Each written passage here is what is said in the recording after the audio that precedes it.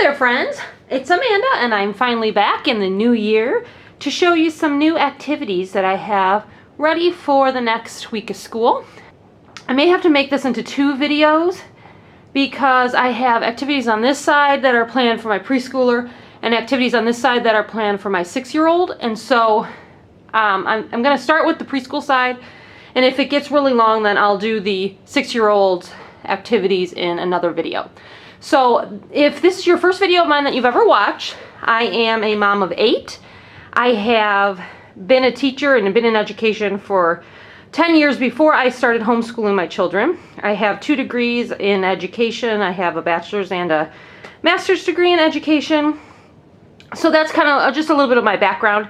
And I really hope you stay around and check out my videos from the past and stick around for all the new ones that will be coming in the future. So I have 8 children, and so this is by no means all the activities we're going to be doing. This is just for 2 of my children right now.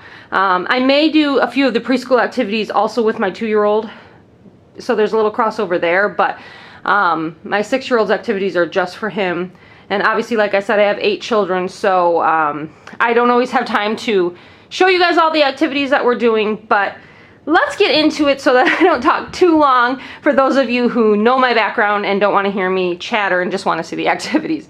So let's get going. I'm going to show you the preschool activities first that I have prepared for this coming week. Some of them are wintry themed, and so since we're in January now, and so we'll show you that, and then some of them are just, you know, regular activities. So let's get into the preschool activities. Alright, this first activity I have here is winter themed, and it is working on the alphabet. Now I'm going to take the papers out of these plastic sleeves just so that you don't have a glare on the video, but I would recommend that you either laminate the pages or you put them in the plastic sleeves like I did. Okay, so there are a couple of different types, and they're all winter themed, and these are called the mats that they do the work on. So I call them mats, but they're just, you know, sheets of paper. And then they look a little different. Some of them have single letters like this, and then some of them have both the capital and the lowercase letters like this. So they're all winter themed, as you can see. I'm just taking them out of the plastic sleeves so we don't have a glare when I'm showing you this. All right, so this activity I made, I want to say back in 2016 maybe, or 2017, and it comes with 2 sets of cards. So it comes with all of these different wintry themed mats with the letters on them, and then it comes with 2 different sets of cards. It comes with picture cards and letter cards. Now I'm going to, with my student, I'm going to use the letter cards because we're not ready for the picture cards yet, but I'm going to explain to you how you could do both of them depending on what your child might need, or your students. So the ones we're not going to use are the picture cards, and what you basically do is you put the cards upside down, they flip over a card, and then they have to cover up a letter that begins with this picture. So this picture is a bear, bear. They would have to cover up the B on the mat. Now I have these wintry bears that we're going to use to cover up our answers. I love these little guys. They're just winter polar bears, and I just think they're so cute. So he would cover up B like this. Then you would pick another card. The next one is a turtle. So he would cover up T for turtle. You get the idea. So you're doing the beginning sounds. You're doing your alphabet sounds. E for elephant. So he would cover up elephant, and so on. Now my student is a special needs preschooler. So what we're going to do is we're going to use the letter cards instead of the picture cards. But that's how you would use the picture cards. And let me show you how we would use the letter cards. Let me show you a different mat. And I give you different choices. So if you want to just work on letters, you can work on letters. If you want to work on both, you know, capital and lowercase. And I'm going to show you a couple of different ways you can do this. So let's go to this mat. There's a bunch of different ways you can adapt this activity. All right, so on this mat it has, you know, capital N, lowercase n, and so on. So what these cards are just letter cards with the lowercase letters on them. And basically, again, what you're going to do is you are going to, for him, what we're going to do is I'm going to flip over the cards. He's going to, like this, R for ring. Can you find R? Where's R? He's going to find R, and he's going to place his bear on the R. Now, this one obviously has capital and lowercase, so he can match it up like that. But if you use one of the mats that only has the capital letters, so let's get back to one of those. These are all. Okay, here's one. This one has just the capital letters, and so what he would do is when he sees the lowercase r, he has to find the capital R. So you're not only practicing finding the letter, but you're practicing lowercase to uppercase matching. So this is lowercase z. He would have to find uppercase C and cover it up with one of his bears. So you get an idea. So this is lowercase y. He would find uppercase Y. So we're going to do both. We're going to do where he just matches it to the letters, and then we're also going to try to do capital to lowercase match, because I think he could do that. So here's lowercase x, and we're going to find our capital X. All right, so he would just keep on going until he's covered up, you know, enough of them that I feel like we could move on, or we could just do the entire page if we want. So again, you could continue on doing the entire mat, or you could just do until, you know, your student gets a little bored with it. So there's lots of different mats, lots of different choices, and I love that it's wintry theme now for January. So we're going to talk about our polar bears, and we're going to talk about the snowmen and the hats they're wearing and the gloves and the scarves and what we wear in the winter time and all the snowflakes, and we can even talk, you know, do a little bit of vocabulary with it. You know, a bit. So he's working on his speech as well, so that would be a good idea, just to kind of, I always try to incorporate, you know, the pictures of mitten, M is for mitten, and try to have him repeat me and say the words as we also work on his vocabulary. But yeah, so just a fun alphabet matching winter activity. Again, this is an oldie but a goodie. That's what I call my activities that I've made way in years past. If I still use them, I call them oldies but goodies. So I will leave links below in the description box on YouTube to all of the activities that I have created, where you can go and check them out if you want to print them out and get them for yourselves. All right, let's go on to the next activity. Okay, this next activity that I have ready for my preschooler are these 3 scene sequencing cards. This is from Lakeshore Learning. So basically what they are is they come in a box like this, and they're just cards that you have to put in sequence. Okay, so what I did is I paired up these cards with these little blocks that I have, and I have blocks that count all the way up to 10. I took out the ones that say 1, 2, and 3, and I'm just going to have him lay them out. This one says 1, 2, 3, like so. Okay, can you see that? 1, 2, and 3. And then as those are laid down, I'm going to have him look through his cards and put the cards in order. So these are cards for shopping. Well, what do we do first? First, we have our list, and we go into the store, and we shop and put everything into our cart. And then finally, we're going to pay for it. So that's what I'm going to have him do. Just put all the cards in order, 1, 2, 3. So we'll grab another set. Let's see, this set looks like it's a girl. Oh, they're ordering pizza. Okay, so first we get the pizza delivered. Then we sit down to eat. Finally, we're eating.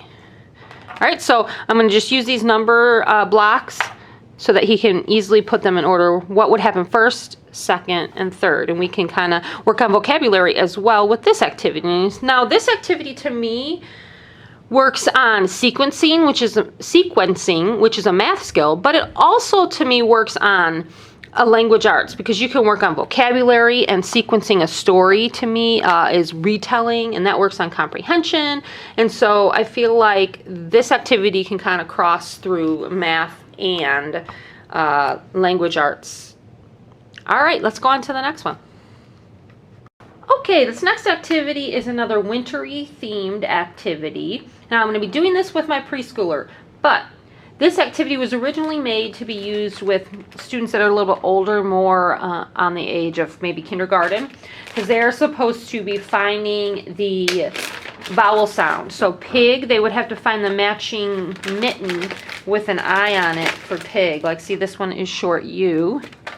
What this activity is supposed to be is they're supposed to find the matching pair of mittens like that. So you would have your pig, the missing vowel is I, and they would match up their mittens. Now, then they would go on to the next one. They would have short U for bus and so on. Now what I'm going to do is I'm going to adapt this activity. He is not going to find the matching mitten. We're just going to look at the mitten. We're going to say pig. Pig. Let's spell pig. There's pig on this mitten. Let's spell pig. And now I have some letters here I'm going to have him use. Oop. A little too close. These are just some letters. These are actually from a little game. It's a alphabet soup.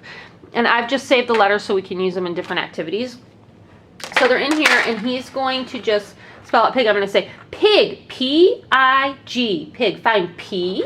So he'll find P. Good. Find I. Good. Now he'll be able to do this because I'm telling him the letters. Find G. This is little g. Find big G. Find big G. Pig. Very good. So he's kind of going to be also matching capital to lowercase because these letters here are all capital letters, and the letters that are on the mittens are lowercase letters. So that's all we're going to do. So we'll go to the next mitten. Okay, we're on the next mitten. And again, wintry themed a little bit for January. So we're on bus. Bus. Can we make bus? Find B. Find B. Good. Capital B, lowercase b. B. Now the next letter, the missing one is U. Find U. U. Good job. Now find S. S. Bus. All right. So I'm talking like I would talk when I'm doing it with him. So you get the idea, though.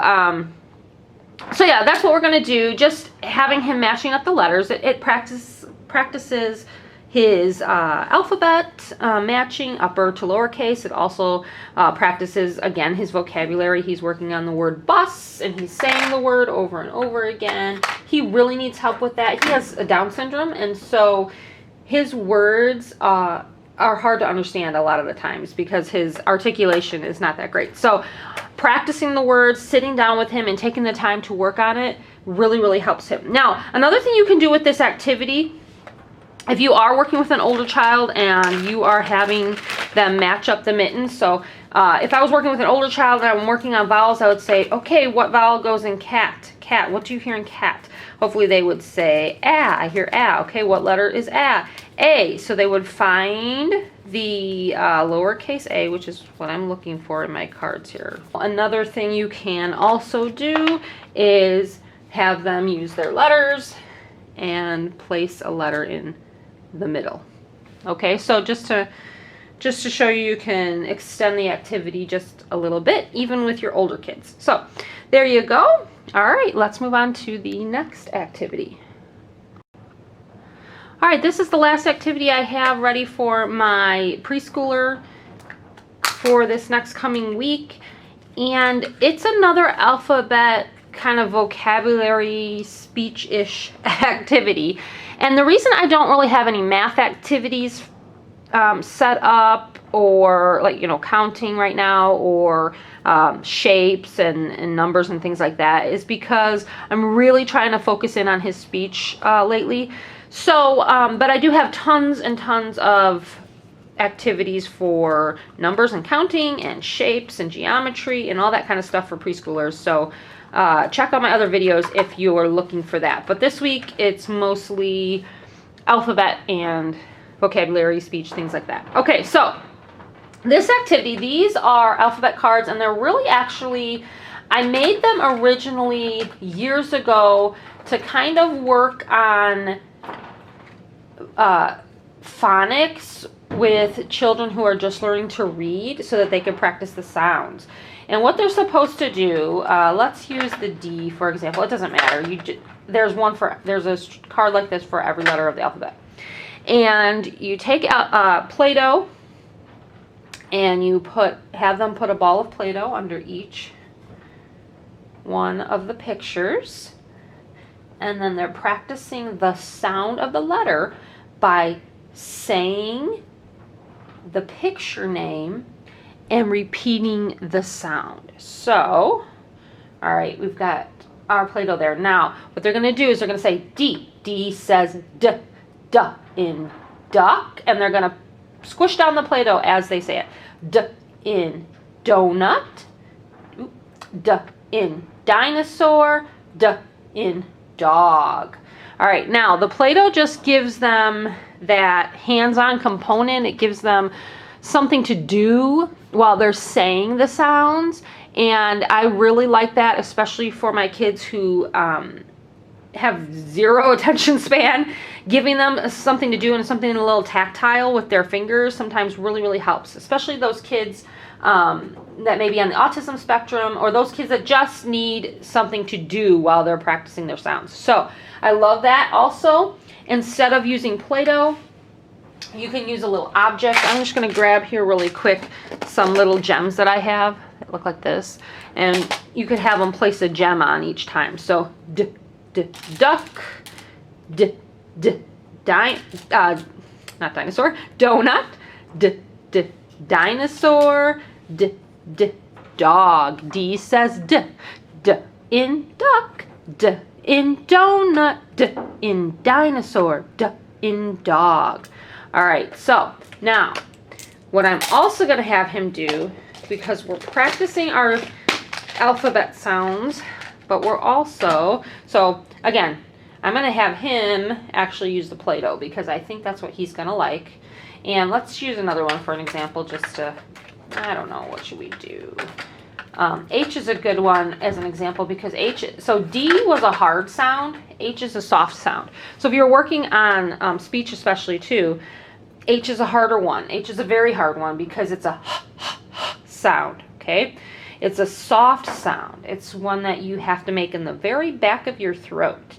And so, whereas D is easier to teach children to do because it's a hard sound, so you can kind of teach them to put their teeth together to say it. Now, I'm not specifically trained in speech therapy.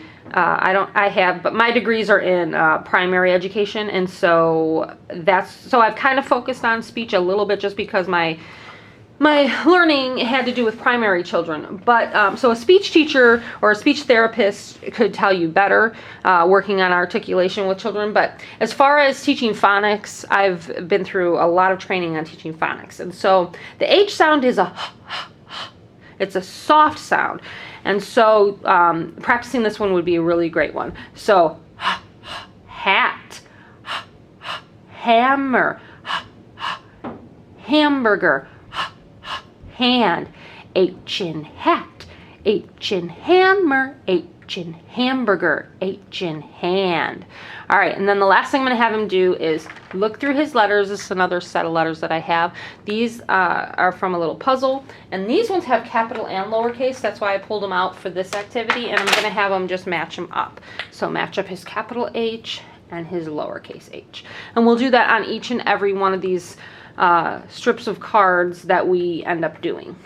All right, so that is that. So anyways, yep, we have little strips for every single letter of the alphabet. This again is an oldie but a goodie, an activity that I made years and years and years ago, but I still pull it out. And you know, the fun part about having 8 children is that